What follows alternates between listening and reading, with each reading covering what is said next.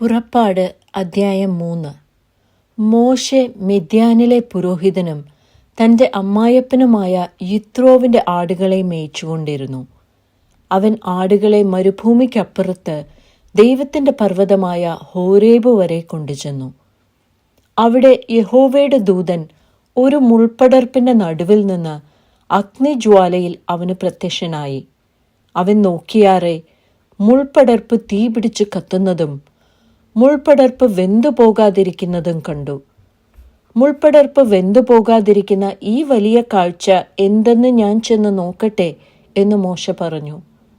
നോക്കേണ്ടതിന് അവൻ വരുന്നത് യഹോവ കണ്ടപ്പോൾ ദൈവം മുൾപ്പടർപ്പിൻ്റെ നടുവിൽ നിന്ന് അവനെ മോശേ മോശേ എന്ന് വിളിച്ചു. അതിന് അവൻ ഇതാ ഞാൻ എന്ന് പറഞ്ഞു. അപ്പോൾ അവൻ ഇങ്ങോട്ടടുക്കരുത്, നീ നിൽക്കുന്ന സ്ഥലം വിശുദ്ധ ഭൂമിയാകയാൽ കാലിൽ നിന്ന് ചെരുപ്പ് അഴിച്ചു കളക എന്ന് കൽപ്പിച്ചു.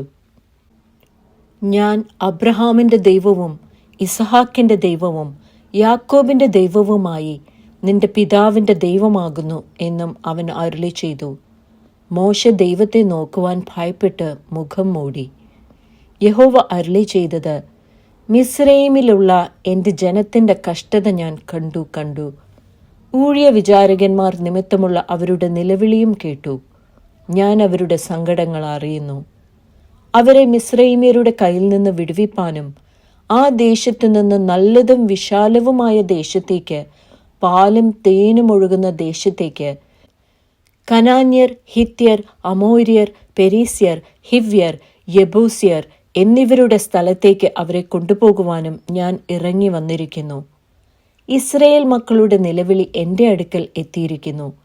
മിസ്രയീമ്യർ അവരെ ഞെരുക്കുന്ന ഞെരുക്കവും ഞാൻ കണ്ടിരിക്കുന്നു. ആകയാൽ വരിക, നീ എൻ്റെ ജനമായ ഇസ്രയേൽ മക്കളെ മിസ്രയീമിൽ നിന്ന് പുറപ്പെടുവിക്കേണ്ടതിന് ഞാൻ നിന്നെ ഫറവോന്റെ അടുക്കൽ അയക്കും. മോശ ദൈവത്തോട്, ഫറവോന്റെ അടുക്കൽ പോകുവാനും ഇസ്രയേൽ മക്കളെ മിസ്രയീമിൽ നിന്ന് പുറപ്പെടുവിപ്പാനും ഞാൻ എന്തുമാത്രമുള്ളൂ എന്ന് പറഞ്ഞു. അതിന് അവൻ, ഞാൻ നിന്നോടുകൂടെ ഇരിക്കും. നീ ജനത്തെ മിസ്രയീമിൽ നിന്ന് കൂട്ടിക്കൊണ്ടുവരുമ്പോൾ നിങ്ങൾ ഈ പർവ്വതത്തിങ്കൽ ദൈവത്തെ ആരാധിക്കുമെന്നുള്ളത് ഞാൻ നിന്നെ അയച്ചതിന് അടയാളമാകും എന്ന് അരുളി ചെയ്തു. മോശ ദൈവത്തോട്, ഞാൻ ഇസ്രയേൽ മക്കളുടെ അടുക്കൽ ചെന്ന് നിങ്ങളുടെ പിതാക്കന്മാരുടെ ദൈവം എന്നെ നിങ്ങളുടെ അടുക്കൽ അയച്ചിരിക്കുന്നു എന്ന് പറയുമ്പോൾ അവൻ്റെ നാമം എന്തെന്ന് അവർ എന്നോട് ചോദിച്ചാൽ ഞാൻ അവരോട് എന്തു പറയണം എന്ന് ചോദിച്ചു. അതിന് ദൈവം മോശയോട്, ഞാൻ ആകുന്നവൻ ഞാൻ ആകുന്നു. ഞാൻ ആകുന്നു എന്നുള്ളവൻ എന്നെ നിങ്ങളുടെ അടുക്കൽ അയച്ചിരിക്കുന്നു എന്നിങ്ങനെ നീ ഇസ്രയേൽ മക്കളോട് പറയണം എന്ന് കൽപ്പിച്ചു.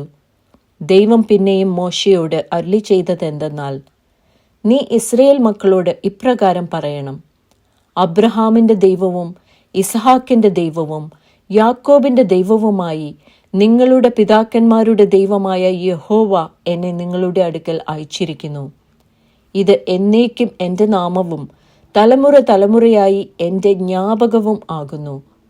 നീ ചെന്ന് ഇസ്രയേൽ മൂപ്പന്മാരെ കൂട്ടി അവരോട്, അബ്രഹാമിൻ്റെയും ഇസഹാക്കിൻ്റെയും യാക്കോബിൻ്റെയും ദൈവമായി നിങ്ങളുടെ പിതാക്കന്മാരുടെ ദൈവമായ യഹോവ എനിക്ക് പ്രത്യക്ഷനായി കൽപ്പിച്ചത്, ഞാൻ നിങ്ങളെയും മിസ്രയീമിൽ അവർ നിങ്ങളോട് ചെയ്യുന്നതിനെയും സന്ദർശിക്കുന്നു. മിസ്രയീമിലെ കഷ്ടതയിൽ നിന്ന് കനാന്യർ, ഹിത്യർ, അമോര്യർ, പെരിസ്യർ, ഹിവ്യർ, യെബൂസ്യർ എന്നിവരുടെ ദേശത്തേക്ക്, പാലും തേനും ഒഴുകുന്ന ദേശത്തേക്ക് നിങ്ങളെ കൊണ്ടുപോകുവാൻ ഞാൻ നിശ്ചയിച്ചിരിക്കുന്നു എന്ന് പറക. എന്നാൽ അവർ നിന്റെ വാക്ക് കേൾക്കും. അപ്പോൾ നീയും ഇസ്രയേൽ മൂപ്പന്മാരും മിസ്രയീം രാജാവിൻ്റെ അടുക്കൽ ചെന്ന് അവനോട്, എബ്രായരുടെ ദൈവമായ യഹോവ ഞങ്ങൾക്ക് വെളിപ്പെട്ടു വന്നിരിക്കുന്നു. ആകയാൽ ഞങ്ങൾ 3 ദിവസത്തെ വഴി മരുഭൂമിയിൽ ചെന്ന് ഞങ്ങളുടെ ദൈവമായ യഹോവയ്ക്ക് യാഗം കഴിക്കട്ടെ എന്ന് പറവീൻ. എന്നാൽ മിസ്രയീം രാജാവ് ഭുജബലം കൊണ്ടല്ലാതെ നിങ്ങളെ പോകുവാൻ സമ്മതിക്കയില്ല എന്ന് ഞാൻ അറിയുന്നു.